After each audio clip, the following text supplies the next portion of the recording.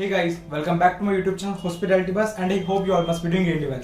So guys, आज का जो मेरी वीडियो का टॉपिक है वो है things to do from starting when you are doing hotel management और joining hotel management college. Okay, so आज का मेरे वीडियो का टॉपिक क्या रहने वाला है कि जब आप लोग होटल मैनेजमेंट कॉलेज ज्वाइन करने वाले होते हैं या कर चुके होते हैं नया, ठीक है. सो लेट्स अज्यूम कि आप लोगों ने अभी नया कॉलेज ज्वाइन करा है होटल मैनेजमेंट का, आप लोग अभी फर्स्ट ईयर में है या फिर आने वाले हैं.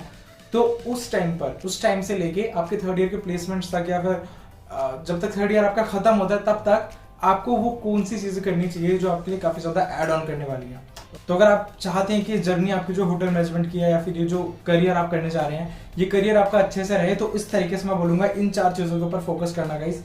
ये 4 चीजें बहुत ज्यादा इंपॉर्टेंट है and yes they do matter a lot. Okay, तो इस वीडियो में हम इन्हीं 4 चीजों के बारे में बात करने वाले हैं गाइस. सबसे पहला पॉइंट है improve English. Yes guys, not improve communication skills but improve English, क्योंकि कम्युनिकेशन स्किल्स इंप्रूव करना मैं पहले भी वीडियो में बता चुका हूँ, वो आपको फोर्स करना चाहिए. बट अभी मेरा मेन फोकस है guys improve English. Why English? Because it's a common language, मतलब हर जगह पे ये बहुत ज्यादा कॉमन लैंग्वेज है. प्लस अगर होटल मैनेजमेंट की बात करें तो ऑलमोस्ट 99% इंटरव्यूज, ठीक है. 99% इसलिए मैं कह रहा हूँ क्योंकि हो सकता है कोई 1% किसी का निकल गया हो हिंदी में, अदरवाइज 99% इंटरव्यूज गाइस इंग्लिश में होते हैं, ठीक है. So you need to focus on your English guys. English is going to be really important for you.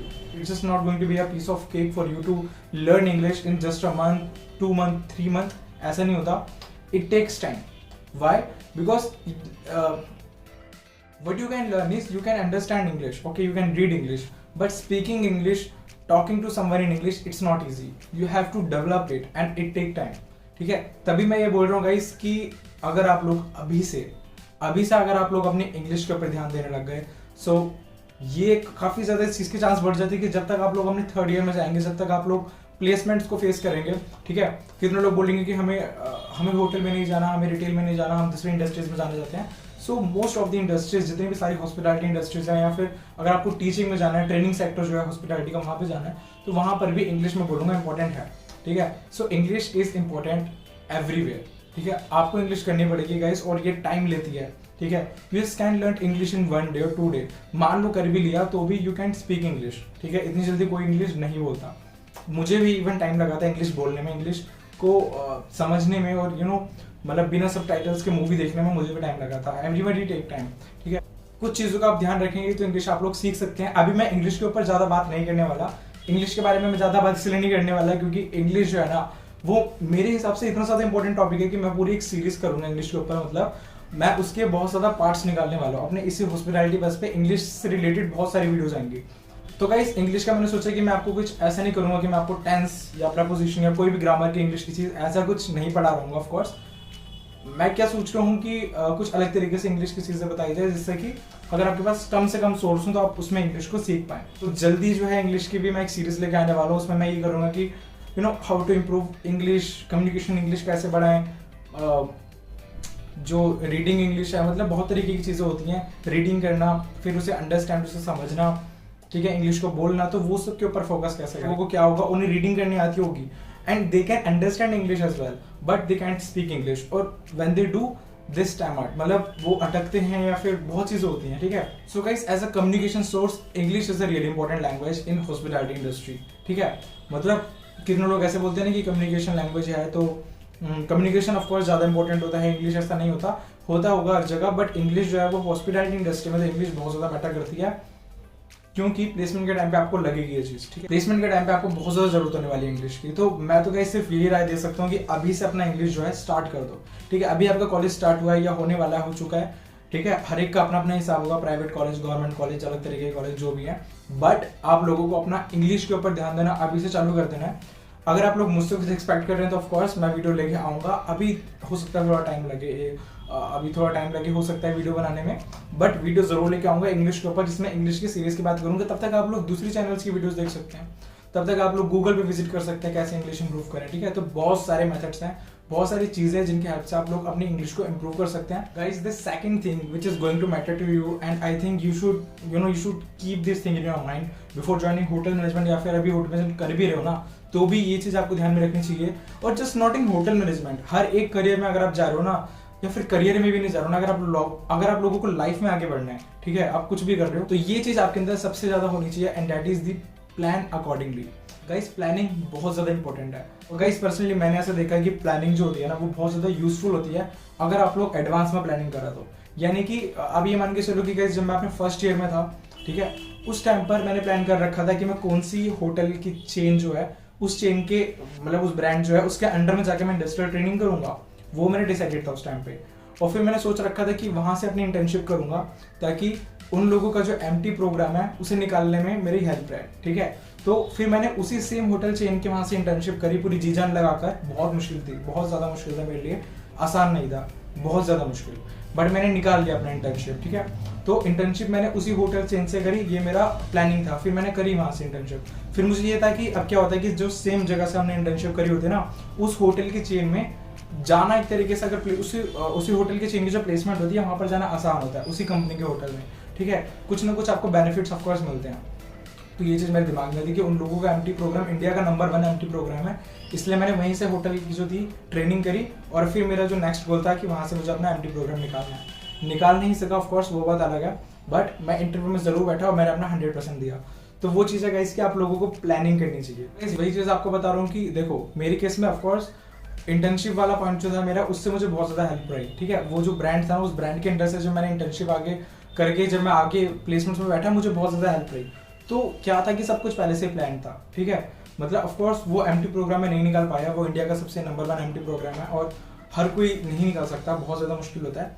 But I was really happy कि एटलीस्ट मैं बहुत आगे तक के राउंड्स में गया उसके, ठीक है। मैं बहुत आगे तक राउंड में गया था और थोड़ा लास्ट में जाके आउट हो गया था, तो बट मुझे खुशी रहेगी, ठीक है, एटलीस्ट मैं आगे तक तो कुछ गया। बट गाइस हुआ ये कि जिस जगह से मैंने अपनी इंटर्नशिप करी थी, वो जो होटल चेन है वो इंडिया के नंबर 1 होटल चेन है, और उस जगह से मुझे बहुत चीज़ें मिली। मतलब मुझे अप्रिसिएशन सर्टिफिकेट्स वगैरह मिले। मतलब कि जब आप लोग अपनी ट्रेनिंग करते हैं ना, तो ट्रेनिंग करने का ये रहता है कि 4 डिपार्टमेंट है, 4 डिपार्टमेंट में से किसी भी डिपार्टमेंट में या हर एक डिपार्टमेंट में जब भी आप बहुत ज़्यादा अच्छा परफॉर्मेंस करते हैं, आपको एक सर्टिफिकेट मिलता है, अप्रिसिएशन सर्टिफिकेट।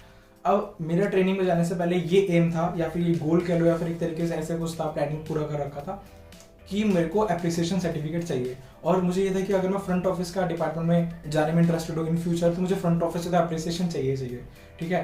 बट बाद में मुझे किचन से भी मिला, मुझे हाउसकीपिंग से भी मिला, मुझे एचआर से भी मिला। तो अप्रिसिएशन एक चीज़ होती है, वो आपको कभी बाद में बताऊंगा वीडियो में, इंडस्ट्रियल ट्रेनिंग का कुछ आएगा तो। बट गाइस मैं आपको सब बता रहा हूँ कि प्री प्लान होकर चलना बहुत ज़्यादा हेल्पफुल रहता है, ठीक है।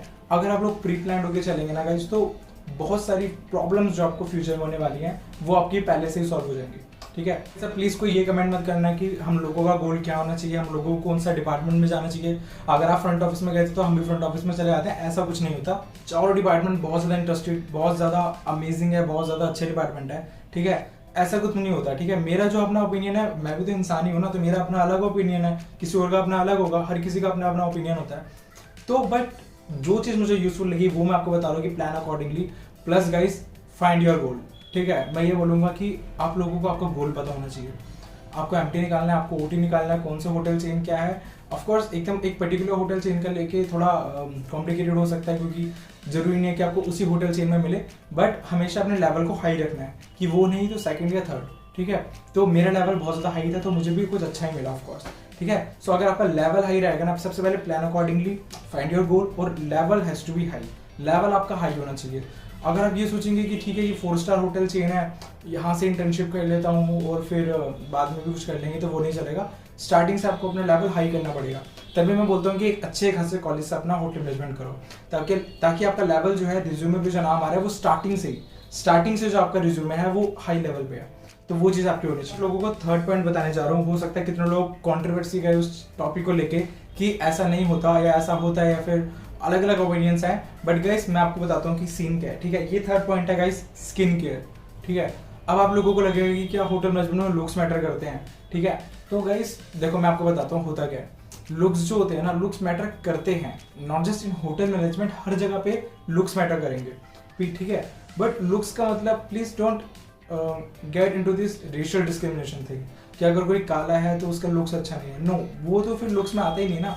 लुक्स से गाइस मेरा मतलब, अगर मैं पर्सनली अपनी तरफ से लुक्स की डेफिनेशन दूं, तो मेरे हिसाब से लुक्स किसके अच्छे हैं? लुक्स उसके अच्छे हैं जिसके चेहरे पे एक्ने नहीं है, ठीक है। एक्ने यानी कि पिंपल्स वगैरह जो होते हैं, किसी के चेहरे पे वो एक्ने वाली प्रॉब्लम नहीं है। या फिर कितने लोगों की क्या होती है कि एलर्जी टाइप होती है स्किन पे। अब उस लड़कों की बात अगर करें तो उनकी स्किन पे एलर्जी होती है, और जब वो रेजर चलाते हैं तो वो फिर कट जाता है या फिर वो बहुत अजीब सा लगता है, उसमें कभी कभी खून भी निकल जाता है। तो वो चीज़ देख के स्किन पे बहुत ज़्यादा अलग अलग तरीके की प्रॉब्लम्स आपके आ सकती हैं। अब ऐसे में क्या होता है कि वो चीज़ आपके कहीं ना कहीं ऑफकोर्स आपको इफेक्ट करती है गाइस, ठीक है। तो उस चीज़ की मैं बात कर रहा हूँ, मैं ये नहीं बोल रहा हूँ कि अगर कोई काला है या फिर कोई गोरा है या फिर अलग तरीके की चीज़ें, ऐसा कोई स्टफ नहीं है बिल्कुल भी। यहाँ पे बात हो रही है कि क्लियर स्किन की, यहाँ पर बात हो रही है कि एक ग्रूमिंग वाले पॉइंट की, कि आपकी ग्रूमिंग, फॉर एग्जांपल अगर आप शेविंग भी कर रहे हैं ना, तो अगर आपके यहाँ पर भी थोड़े बहुत बाल रह रहे तो वो चीज़ नहीं होनी चाहिए मेरे हिसाब से। वो फिर उसका वो ऑफकोर्स वो गुड लुकिंग नहीं होगा ना, जिसके यहाँ पर थोड़े बहुत बाल रह गए होंगे, उन्होंने ऊपर से शेविंग कर लिया, फिर हल्के फुल्के नीचे रह गए। I saying good looking, I mean कि समवन जो जिसका ग्रूमिंग बहुत ज़्यादा अच्छा हो, एक क्लियर फेस हो और एक स्माइल जो है वो लेके चल रहा हो ऑफकोर्स, ठीक है। तो it's all about how you handle yourself guys. जिन लोगों को समझना होगा वो अब तक समझ गए होंगे मैं किस चीज़ को लेके बार बार अभी बात करने जा रहा हूँ। स्किन केयर जो है, skin care is really important guys. Skin care बहुत ज़्यादा इंपॉर्टेंट है आप सभी लोगों के लिए।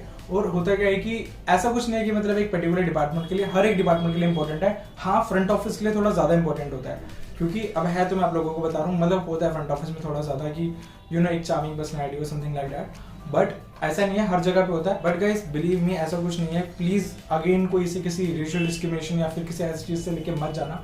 स्किन केयर का मतलब है कि क्लियर स्किन, आपके चेहरे पे बहुत ज़्यादा पिंपल्स वगैरह नहीं है, एक्ने नहीं है, ब्लैक हेड्स वगैरह लोगों को बहुत प्रॉब्लम होती है। तो आपको अपनी स्किन को भी अच्छे से ट्रीट करना चाहिए गाइस, क्योंकि स्किन जो है वो सबसे पहला एक इंप्रेशन है जो आप लोग इंटरव्यूअर को देने वाले हैं, जिस भी बंदे को देते हो, वो एक सबसे पहला इंप्रेशन है, ठीक है। तो गाइस मैं अपनी तरफ से अगर कुछ बोलूँगा तो वो है कि ये जो एज होती है 19, 20, 21, 22, 25 तक जो होती है, ठीक है, तो ये जो पर्टिकुलर एज होती है, ये एज में आप अपने बेस्ट रूप में होते हो, ठीक है। You are on your best in this particular age. तो अगर आप अपने बेस्ट में हो तो उसे अपना बेस्ट करके दिखाओ ना फिर, ठीक है। ये नहीं कि आप 30 साल के हो जाओगे, 35 के हो जाओगे तब आप इन सब चीज़ों पर ध्यान दे रहे हो, अभी से दो। सो मुझसे कितने लोगों ने बोला कि why don't you make videos about skin care, about how you can take care of your hairs, या फिर how to remove pimples or acne without using medicines, something like that। तो मैंने सोचा था कि ठीक है मैं एक लाइफस्टाइल का चैनल बनाऊंगा गाइस। अभी मैं वो चैनल पे काम कर रहा था काफी टाइम से। तो अगर आपको स्किन के रिलेटेड वीडियो चाहिए गाइस तो यहाँ पर आई बटन में मैंने अपने चैनल का लिंक दे दिया, that is my personal channel Shubh Verma. वो चैनल पे आप लोग विजिट कर सकते हैं। अगर आप लोगों को सब्सक्राइब करना है तो आप करिए, नहीं करना तो इट्स ऑल ऑन यू, ठीक है। मैं किसी को फोर्स नहीं कर रहा है कि प्लीज मेरे चैनल सब्सक्राइब कर दो, ठीक है। Of course it's all on you. अगर आपको लगे कि वीडियो हेल्पफुल रहेंगी, आप चाहते हैं उस तरीके की वीडियो से कनेक्टेड रहना, तो यहाँ पर जो आई बटन में है लिंक, आप इस पे जाके मेरे चैनल को देख सकते हैं, ठीक है। गाइस लास्ट पॉइंट जो है वो बहुत ज्यादा छोटा सा पॉइंट है, इसके बाद इसके ऊपर मैं ज्यादा डिस्कस नहीं करने वाला, ठीक है। रिलेटेबल है वो भी इन सबसे, बट मुझे लगा कि इसके ऊपर अलग से बोलूं, and that is personality improvement. English जो होती है ये भी पर्सनैलिटी में आ जाता है, स्किन केयर भी पर्सनैलिटी में आता है, बट मैंने पर्सनैलिटी का पॉइंट अलग से इसलिए बोला guys because you should know how to wear a uniform. आप लोगों को पता होना चाहिए कि एक यूनिफॉर्म को पहनने का प्रॉपर तरीका क्या है। कितने लोग होते हैं ना, उन्हें फॉर्मल कपड़े पहनने नहीं आते, ठीक है। मैंने देखा नॉर्मली कि मोस्ट ऑफ द लोगों को, मतलब थोड़े बहुत भी नहीं, सबसे मतलब बहुत सारे लोग ऐसे होते हैं जिन्हें एक फॉर्मल शर्ट पहननी नहीं आती गाइस। तो फॉर्मल शर्ट पहनने का भी एक तरीका होता है जिसमें आप लोग जेन्युइन लगेंगे, आप लोगों को आप लोगों को लगेगा पहन के कि हाँ भी फॉर्मल कपड़े पहनेगा, ठीक है। तो वो फॉर्मल कपड़े पहनने का अलग तरीका होता है, इनफॉर्मल कपड़े पहनने का अलग तरीका होता है, बातें करने का अलग तरीका होता है, जेस्चर्स का यूज करना होता है, बहुत सारी चीजें होती हैं।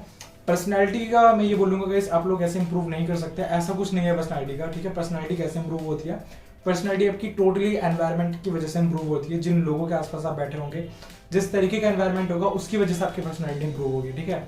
इंप्रूव भी होगी और ये बोलूँ तो खराब भी हो जाएगी, डिक्रीज भी हो जाएगी बहुत ज्यादा अगर आप लोग ऐसे एनवायरनमेंट में नहीं है तो। But I think you should work on your personality, ठीक है। कभी बाद में बनाऊंगा पर्सनैलिटी के ऊपर डिटेल में वीडियो में, क्योंकि बहुत ज्यादा उसके बारे में बात करने में। बट आई होप कि आप लोगों को समझ में आ रहा हो कि मैं किस पॉइंट की तरफ जा रहा हूँ। पर्सनैलिटी लेके बात करने का तरीका, जेस्चर्स का तरीका, योर एक्सप्रेशंस, योर यूनिफॉर्म किस तरीके से पहने, बहुत चीज़ें होती है। तो वो सब आपका पर्सनैलिटी में आता है। और yes guys, how you treat someone, ठीक है, बाकी लोगों को आप कैसे ट्रीट करते हो, बहुत सारी चीज़ें पर्सनैलिटी इंप्रूवमेंट में। देखो पर्सनैलिटी इंप्रूवमेंट मैंने इसलिए बोला गाइस क्योंकि हॉस्पिटैलिटी इंडस्ट्री में तो ऑफकोर्स बहुत ज़्यादा मैटर करेगा ही करेगा, but growing as a person, ठीक है, ग्रोइंग एज एन इंडिविजुअल आपको बहुत ज़्यादा हेल्प करने वाला है ये पर्सनैलिटी इंप्रूवमेंट वाला पॉइंट। आज की वीडियो थोड़ा इन्हीं सब टॉपिक से रिलेटेड थी। मेरा जो मेन मोटिव था ना वो ये था कि आप लोगों को पता चल सके कि आपको किन किन चीज़ों के ऊपर फोकस करना है और आप लोग स्टार्टिंग से इन चीज़ों के ऊपर फोकस कर सको। ठीक है, मैं ये नहीं बोलूँगा कि अगर मुझे पता होता तो मैं भी अपने चालू कर देता, मैंने चालू कर दिया था फर्स्ट ईयर से इन सब चीज़ों के ऊपर फोकस करना। आप लोगों को भी कर देना चाहिए। Improving English, working on personality development, plan accordingly, skin care, ये सब। तो ठीक है गाइस, आज के लिए इतना ही, मिलते हैं नेक्स्ट वीडियो में। तब तक के लिए thanks for watching and have a nice day.